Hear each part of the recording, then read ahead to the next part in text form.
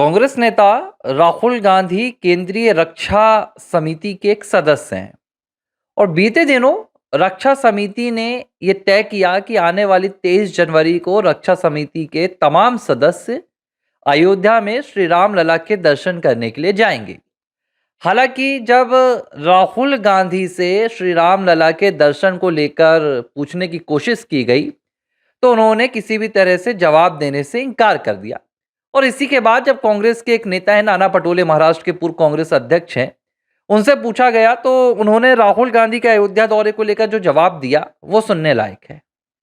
उन्होंने कहा कि राहुल गांधी कभी मंदिर में जाकर प्रदर्शन नहीं करते, वो मंदिरों का इस्तेमाल फोटोशूट के लिए नहीं करते। लेकिन साल 2005 की एक तस्वीर वायरल हो गई। इस वायरल तस्वीर में राहुल गांधी एक ऐसी जगह पर खड़े हैं जहां शायद उन्हें नहीं होना चाहिए था, लेकिन उस जगह पर खड़े होकर राहुल गांधी गौरवान्वित महसूस कर रहे थे। यह जगह थी अफगानिस्तान के काबुल की, और काबुल में बागे मकबरा है, बागे बाबर है, जो बाबर की कब्र है। 2004 में जब देश में यूपीए की सरकार आई तो 2005 में प्रधानमंत्री तब के सरदार मनमोहन सिंह, उनके साथ भारत की अघोषित प्रधानमंत्री सोनिया गांधी और तब कांग्रेस पार्टी के सांसद राहुल, इनके साथ तब के विदेश मंत्री नटवर सिंह भी मौजूद थे। ये चारों बाबर के कब्र पर गए थे। बाबर की कब्र पर राहुल, सोनिया, मनमोहन सिंह और नटवर सिंह ने सभी ने एक साथ वक्त बिताया था। और तब जो तस्वीर निकलकर सामने आई थी, खूब हंगामा भी मचा था, क्योंकि ये वो दौर था जब भारत में इसी बाबर की आक्रांता शैली के चलते, इसी बाबर के अत्याचार के चलते भारत के 100 करोड़ हिंदू अपने आराध्य भगवान श्री राम लला के दर्शन टेंट में करने जाते थे। जिस वक्त भारत में राम भक्त टेंट में जाकर दर्शन करते थे, उस वक्त राहुल गांधी रामलला नहीं जाते थे, सोनिया, मनमोहन सिंह रामलला नहीं जाते थे। वो उस आक्रांता के कब्र पर जाकर सजदा करते थे, उस आक्रांता की कब्र पर जाकर सर झुकाते थे, जिसने भारत में हजारों हिंदुओं का नरसंहार किया, भारत के हजारों मंदिरों को तोड़ा, खंडित किया, और यहां तक कि भारत के सबसे बड़े आराध्य, भारत के सबसे बड़े इतिहास, जिन्हें भारत की आत्मा कहा जाता है, भगवान श्री राम की जन्मभूमि मंदिर को भी नहीं छोड़ा था। और यह पहला मौका नहीं था जब गांधी परिवार का कोई सदस्य बाबर की कब्र पर गया हो। इससे पहले गांधी परिवार का हर सदस्य बाबर की कब्र पर होकर आया है। अब बाबर की कब्र से गांधी परिवार का क्या रिश्ता है, यह शायद गांधी परिवार से बेहतर कोई और नहीं बता पाएगा। लेकिन अयोध्या में श्री राम लला के दर्शन करने पर पूरा गांधी परिवार यहां वहां भागता रहा। कभी किसी ने जाकर अयोध्या में श्री राम लला के दर्शन नहीं किए। साल 1959 की बात है। भारत के पहले प्रधानमंत्री जवाहरलाल नेहरू, जो सोमनाथ मंदिर के खिलाफ इसलिए थे कि कहते थे कि ये जो सरकार बनी है ये सेकुलर सरकार है, और सोमनाथ मंदिर में अगर प्रधानमंत्री या राष्ट्रपति जाएंगे तो ये सेकुलरिज्म के फंडे के खिलाफ होगा, सेकुलरिज्म के सिद्धांत के खिलाफ होगा। लेकिन साल 1959 में वही जवाहरलाल नेहरू उस बाबर की कब्र पर जाते हैं, जो बाबर कहता था कि मेरा जन्म काफिरों को मिटा देने के लिए हुआ है, जो बाबर कहता था कि मैंने हिंदुस्तान में काफिरों को मिटाकर विजय हासिल की है। उस बाबर की कब्र पर जाना जवाहरलाल नेहरू को अपने सेक्युलरिज्म के सिद्धांत के खिलाफ नहीं लगा, लेकिन भगवान भोलेनाथ के प्राचीन सोमनाथ मंदिर जाना जवाहरलाल नेहरू को सेक्युलरिज्म, धर्मनिरपेक्षता के सिद्धांत के खिलाफ लगता था। अब भाई किस लिहाज से जवाहरलाल नेहरू को भारत का विजनरी कहा जाता है मुझे नहीं पता, हो सकता है इसी विजन के चलते उन्हें विजनरी कहा जाता था। इसके बाद साल 1968 की बात है। 68 में इंदिरा गांधी भी पहुंची थी, और 68 की तो कहानी बड़ी रोचक है। जब इंदिरा गांधी पहुंची बाबर की कब्र पर, तो इंदिरा के साथ सोनिया और राजीव भी मौजूद थे और उनके साथ तब नटवर सिंह भी मौजूद थे। ये तमाम खुलासे नटवर सिंह की बुक से ही निकल कर आए हैं।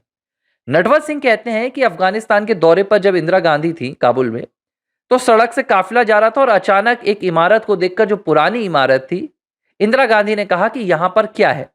लोगों ने उन्हें जब बताया कि यह बाबर की कब्र है, तो इंदिरा ने तमाम प्रोटोकॉल तोड़ दिए और इंदिरा ने कहा कि मुझे बाबर की कब्र पर जाना है। इंदिरा, सोनिया, राजीव और नटवर सिंह बाबर की कब्र पर जाते हैं। बाबर की कब्र पर इंदिरा खड़ी थी, उनका सर इस तरह झुका हुआ था, यानी कि सजदा कर रहा था। भावुक थी, दुखी थी और दो शब्द उन्होंने कहा कि हम अपने इतिहास से अलग हो गए। इस तरह की बातें इंदिरा के मुंह से निकली थी। क्या इतिहास था? क्या इंदिरा गांधी बाबर का कोई कनेक्शन था? क्या इंदिरा गांधी बाबर का कोई संबंध था, रिश्ता था बाबर के परिवार से? यह बात इंदिरा शायद बता सकती थी, लेकिन अब वो नहीं रही, लेकिन उनका परिवार बता सकता है। इसके बाद 76 में राजीव भी गए। राजीव ने भी जाकर अकेले वहां पर बाबर की कब्र पर सजदा किया और 2005 में राजीव के बेटे राहुल पहुंचे। लेकिन अब जब राम मंदिर में जाने की बात आ रही है, जब अयोध्या में श्री राम लला के दर्शन की बात आ रही है, और ऐसा नहीं कहा जा रहा है कि आप अपने धार्मिक आधार पर ही जाइए, एक समिति के आप सदस्य हैं और अगर वो समिति एक ग्रुप के साथ कहीं जाती है, उदाहरण के तौर पर मैं आपको बता रहा हूं, जैसे ओवैसी गए थे, प्रधानमंत्री नरेंद्र मोदी ने उन्हें विदेश भेजा था अभी ऑपरेशन सिंदूर के बाद, जो अपना प्रतिनिधि मंडल बनाया था। तो जो बाकी के सदस्य करते थे वहां जाकर, वो भी ओवैसी करते थे। इसी तरह राहुल से भी उम्मीद की जा रही है, लेकिन राहुल ने साफ तौर पर इंकार कर दिया है। एक तरफ प्रधानमंत्री नरेंद्र मोदी सोमनाथ को लेकर पूरा अभियान चला रहे हैं, सोमनाथ की पुरानी सभ्यता को लेकर सोमनाथ स्वाभिमान अभियान चला रहे हैं, तो दूसरी तरफ गांधी परिवार लगातार रामलला के खिलाफ, राम मंदिर के खिलाफ अपने अभियान में अडिग है। राहुल ने ठान लिया है कि जब तक वो भारत में रहेंगे तब तक रामलला नहीं जाएंगे और बार बार भारत के 100 करोड़ हिंदुओं को इस बात का एहसास दिलाते रहेंगे कि मैं बाबर के पक्ष में हूं, मैं रामलला के पक्ष में नहीं हूं।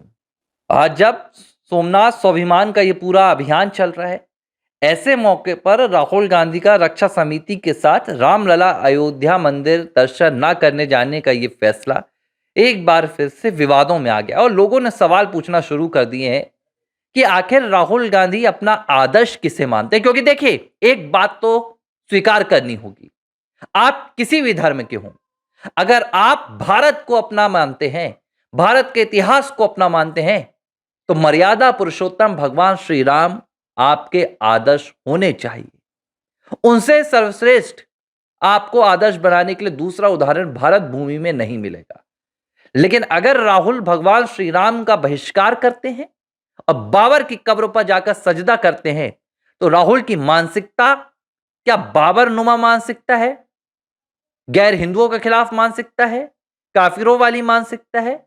इस बात के जवाब राहुल को देना होगा और अपनी विश्वसनीयता को 100 करोड़ हिंदुओं के सामने साबित करना होगा, क्योंकि आप भारत के सिर्फ एक नागरिक नहीं हैं, आप भारत में एक जनप्रतिनिधि भी हैं, आप विपक्ष के नेता हैं और आप जिनका प्रतिनिधित्व करते हैं वो एक धर्म के नहीं हैं, उनमें हिंदू भी हैं, सिख भी हैं, जैन भी हैं, मुस्लिम भी हैं।